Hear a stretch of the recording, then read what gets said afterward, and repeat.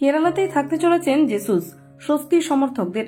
Swedish coach Mikel স্টাহেরের তত্ত্বাবধানে বহু প্রত্যাশা নিয়ে আইএসএল শুরু করেছিল কেরালা ব্লাস্টার্স। গড়ের মাঠে প্যানাজিওটিস ডিলাম্পেডিসের পাঞ্জাব এফসির কাছে ধাক্কা খেতে হলেও সেখান থেকে ঘুরে দাঁড়াতে খুব একটা সমস্যা হয়নি, কিন্তু সেটা সাময়িক মাত্র।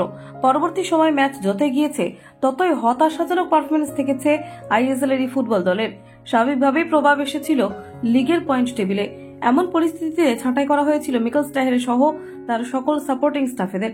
তারপর অন্তর্বর্তীকালীন কোচ হিসেবে দলের দায়িত্বে আসেন থেক্কাথারা পুরুষোত্তমন। তার তত্ত্বাবধানে ধীরে ধীরে নিজেদের পুরনো ছন্দে ফিরতে শুরু করে কেরালা।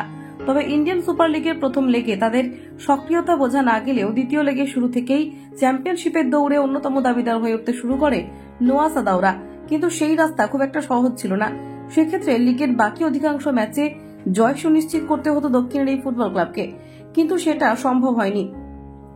মোহনবাগান, সুপার জায়ান্ট এবং মানালো মার্কুয়েজের এফসি গোয়ার কাছে পরাজিত হওয়ার পর জামশেদপুর ম্যাচ থেকে ঘুরে দাঁড়ানোর পরিকল্পনা থাকলেও সেটা কার্যকর হয়নি।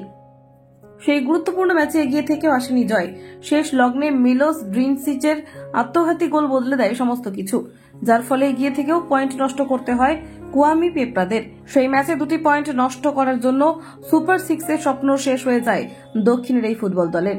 সেই সাথে ফুটবলারদের চোট আঘাতের সমস্যা যথেষ্ট প্রভাব ফেলেছিল ম্যাচের মধ্যে।